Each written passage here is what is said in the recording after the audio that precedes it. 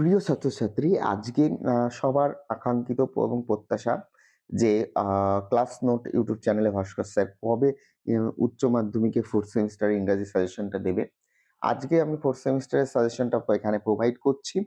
তোমরা প্রস্তুতির একদম শীর্ষে প্রত্যেকটা টেক্সট থেকে তোমরা প্রস্তুতি নিয়ে নিয়েছো।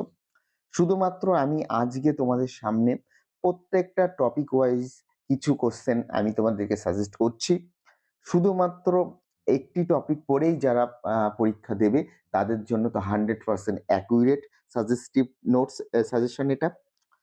এছাড়াও আমি একটু বলে রাখি যে তোমরা জানো যে তোমাদের টোটাল আ ৬ টা টেক্সট পড়তে হচ্ছে। ২ টো শর্ট স্টোরি, ৩ টে কবিতা আর ১ টা নাটক।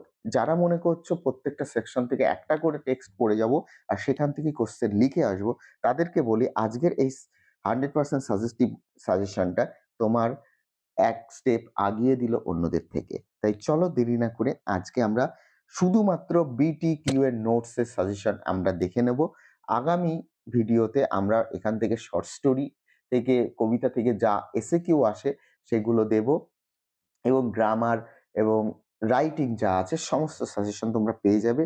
বলে নিই, মাধ্যমিকের কোয়েশ্চেন 100% মিলেছে, 4th সেমিস্টারের কোয়েশ্চেনও 100% মিলবে। তাই চলো চটজলদি আমার সঙ্গে সাজেশনটা দেখতে শুরু করো। দেখো, প্রথমেই আমি তোমাদের সামনে বলি ডাউন দ্য র‍্যাবিট হোল দিয়ে শুরু করছি। এখান থেকে আমি কোয়েশ্চেন প্রথম দিয়েছি, যেটা আমাদের পর্ষদের কোয়েশ্চেন ছিল, describe what happens a when Alice falls down the rabbit hole, মানে র‍্যাবিট হোলের মধ্যে যখন পড়ে যাচ্ছিল তখন অ্যালিসের যে অভিজ্ঞতাটা ছিল এটা। এর অরে একটা কোয়েশ্চেন দিয়েছি, দেখো, what happens when Alice jumps down the rabbit hole both in physical and psychological aspect, অর্থাৎ এই যে psychological aspect and physical aspect যেটা ছিল সেটাও, মানে একটা অর কোয়েশ্চেন। নেক্সট ২ দাগে কি আছে দেখো, describe Alice's experiences in the hall of locked doors as narrated in Down the Rabbit Hole. মানে ডাউন দ্য র‍্যাবিট হোলে অ্যালাইসিস যে লকড, তোমরা জানো যে একটা হলের মধ্যে পড়ে গেছিল, যেখানে হচ্ছে সেই মুহূর্তে সে কি করেছিল সেই বিষয়টা জানার।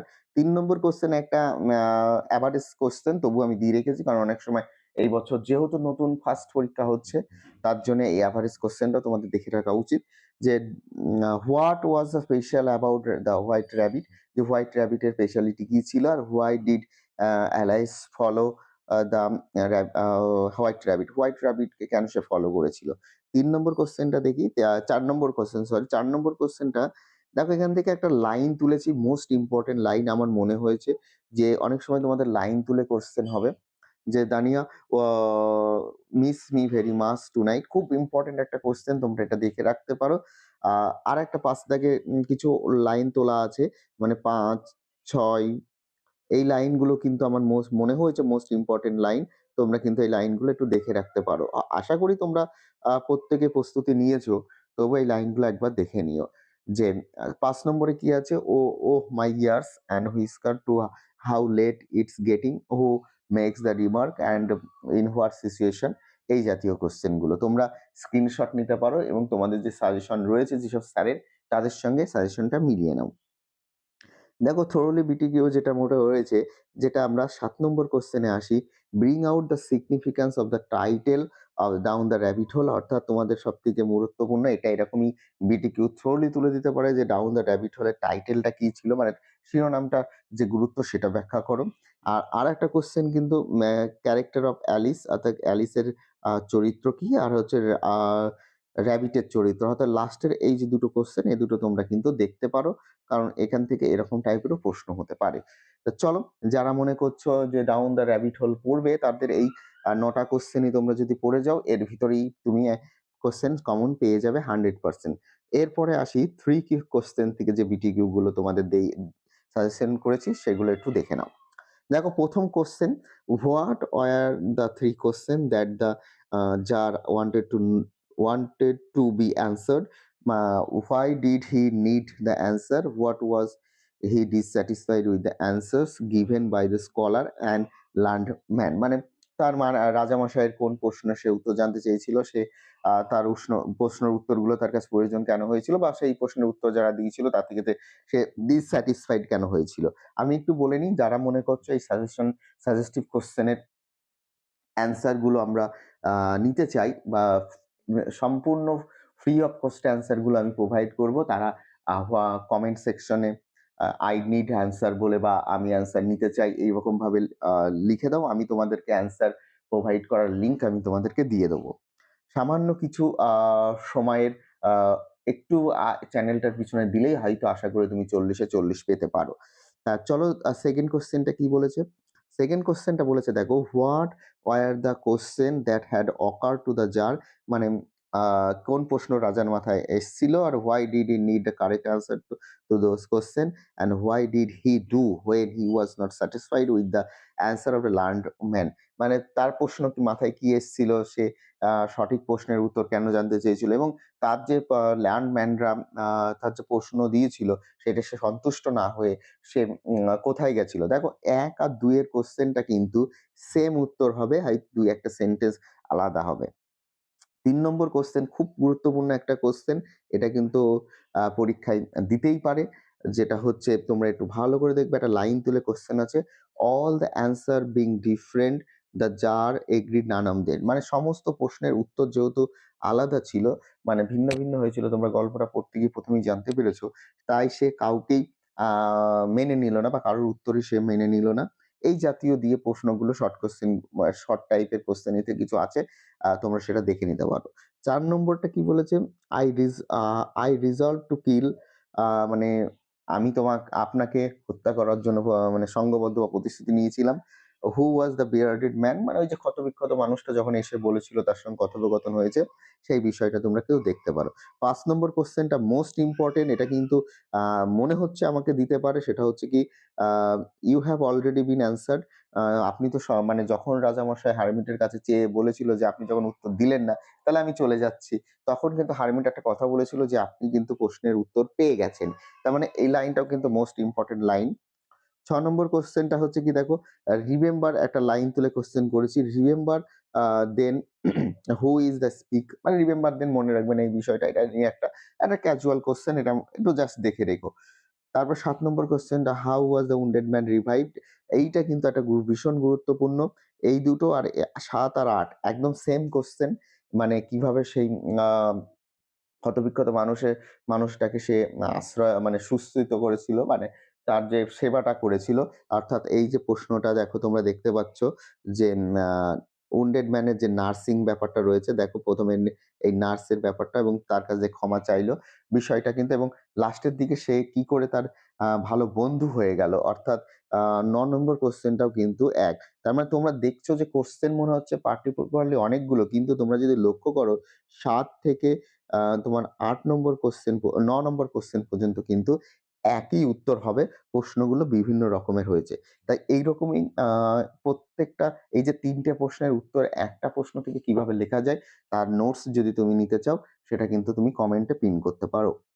দেখো ৩ নম্বর ১০ নম্বর যে কোয়েশ্চেনটা আছে, সেটা হচ্ছে how did the hermit answer the 3 question, মানে কি করে সন্ন্যাসী তার প্রশ্নের উত্তর দিল। এটা কিন্তু একটু আগে আমরা you have already been answered যে কোয়েশ্চেনটা পেয়েছিলাম, সেখানের উত্তর আর এর উত্তর কিন্তু সেম হবে। তাহলে এই গেল শর্ট স্টোরি পার্ট থেকে। চলো এবার কবিতার পার্ট থেকে আমরা প্রথম সনেট 73 থেকে দেখি কোন কোন বিটিকিউ গুলো তোমাদের পড়ে যেতে হবে। দেখো ১ম এই একটা লাইন তুলে কোয়েশ্চেন করেছি। দেখতে পাচ্ছ that on the ashes of his youth doth lie, যে এই লাইনটা কিন্তু আমার মনে হচ্ছে সবথেকে গুরুত্বপূর্ণ লাইন, তাই জন্য ১ম দিয়েছি। এর মানেটা কি বলছে দেখো, যে what lines on the ashes of its, মানে ওই যে মানে যৌবনের যে ছায়ের যে বিষয়টা, এই লাইনটার ভিতরে কি বলতে চেয়েছে, how does the poet philosophically describe the experience, অর্থাৎ আমার মনে হয়েছে এই কবিতায় ফিলোসফিক্যালি যে এক্সপেক্টটা আছে সেটা কিন্তু তোমাদের দিতে পারে। তোমরা কিন্তু এই কোয়েশ্চেনটা স্ক্রিনশট নিয়ে তোমরা দেখে নিতে পারো। ২ নম্বর কোয়েশ্চেন দেখো, একটা মোস্ট ইম্পোর্টেন্ট কোয়েশ্চেন যেটা আমার মনে হয়েছে, ইমেজ ড্রন, অর্থাৎ দেখো এই পুরোনো সিলেবাসে কিন্তু সনেট আ ছিল উইলিয়াম শেক্সপিয়রের। ওখানেও কিন্তু ইমেজের ব্যাপারটা কিন্তু ভীষণ তুলে ধরেছে। তাই আমার মনে হয়েছে যে এই বছরও কিন্তু তোমাদের ইমেজের প্রশ্নটা কিন্তু ভীষণ গুরুত্বপূর্ণ, এটা দিতে পারে। দেখো নেক্সট একটা কোয়েশ্চেন করেছি ৩ নম্বরে, "in me thou seest the twilight of a sunset day" একটা থ্রোওয়ে লাইন তুলে দেয়া।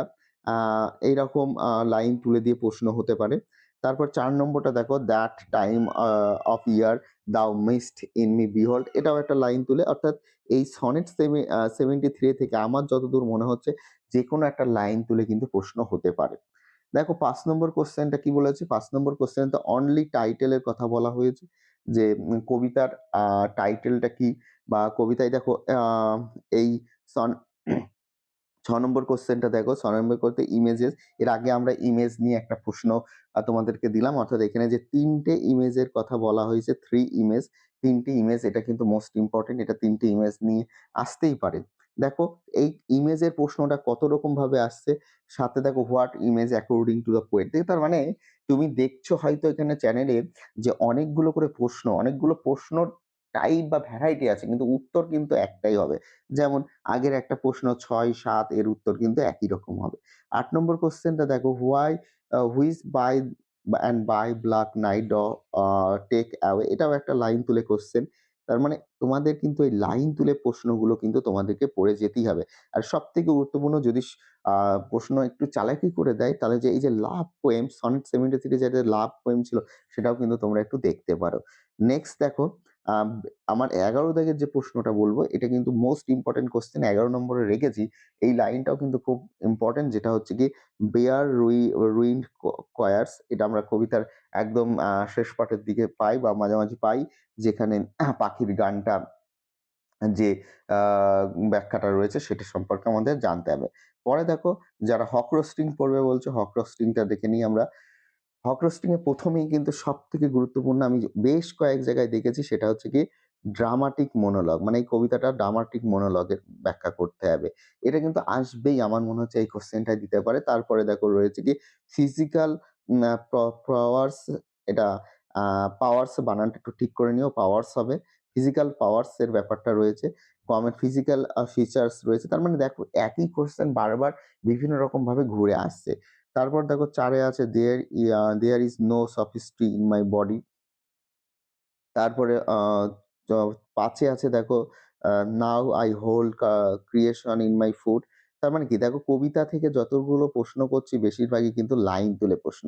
৬ এরটা কি আছে? ৬ এরটা হচ্ছে কি টাইটেল, এবং তোমার ৭ এরটা আছে কি "Parallel system between a a predatory instinct and bird and the human behavior"। এটাও একটা মোস্ট ইম্পোর্টেন্ট কোয়েশ্চেন। এগুলো চাইলে তুমি পড়ে নিতে পারো। এর ভিতরেই কিন্তু চলে আসবে। নেক্সট ৮ দাগে দেখো কি রয়েছে, তুমি চাইলে এটা screenshot now. A "Crux the whole carnation", এটা আমি এর আগে একবার পেলাম। তারপর "No arguments" রয়েছে, "Hawk is a personified" রয়েছে। এই প্রশ্নগুলো তোমাদের মোটামুটি দেখলেই হবে। গ্রিন হাউস থেকে দেখো, গ্রিন হাউস থেকে আ কোন কোয়েশ্চেন গুলো পড়তে হচ্ছে? "What events will supposedly take place according to the poet in the poem Greenhouse Effect"।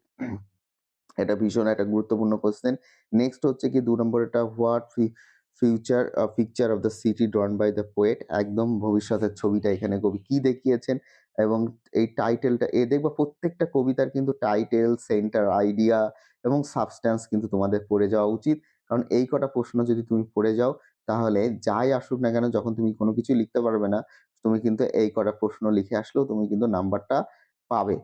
দেখো ৪ নম্বরটা দেখো, আ এখানে যে এগ্রিকালচার মুভমেন্টটা ছিল, এগ্রিকালচার মুভমেন্টটা সেটা কিন্তু এখানে তুলে ধরেছে। তোমরা প্রশ্নটা একটু ভিডিওটা পজ করে দেখে নিতে পারো। তারপর ৫ number question, "how does the poet refer both future and past"? হ্যাঁ, অবশ্যই এটা গুরুত্বপূর্ণ কোয়েশ্চেন যে অতীত আর ভবিষ্যতের যে ওখানে তুলনা করেছেন সেটা। ৬ নম্বর কোয়েশ্চেনটা লাইন তুলে দেওয়া আছে, "the servers will give to way farms", এবং লাস্টের ৭ নম্বর কোয়েশ্চেনটা সবথেকে গুরুত্বপূর্ণ আমার মনে হয়েছে যে আর্জেন্টিনার যে ক্ষমতা ব্যাপারটা আসা সেটা। ৪ নম্বর, "মেজর ইমাজিনারি", এখানেও একটা কয়েকটা কিন্তু ইমেজের কথা কিন্তু এখানে তুলে ধরা হয়েছে। তোমরা কিন্তু এটা চাইলে দেখে নিতে পারো। লাস্ট যেটা তোমাদের প্রত্যাশিত, "রাইডার্স টু দ্য সি", এর বিটিকিউটা কি? দেখো এর বিটিকিউটা খুব সুন্দর বিটিকিউ রয়েছে। ১ম একটা কটা লাইন তুলে প্রশ্ন করা রয়েছে, এবং তোমাদের বলতে পারি দেখো শেষের দিকে যদি আমি যাই, দেখো আ আমি একটুখানি দেখে নাও কোয়েশ্চেন করো আস্তে, আস্তে। হ্যাঁ, ক্যারেক্টার অফ নোরা আ এই যে ক্যারেক্টার অফ মরিয়া, মারিয়া সেটা যাক এর মধ্যে কোনো জায়গা আচ্ছা ১ম দিক বলি এই দেখো। যাই হোক চলো।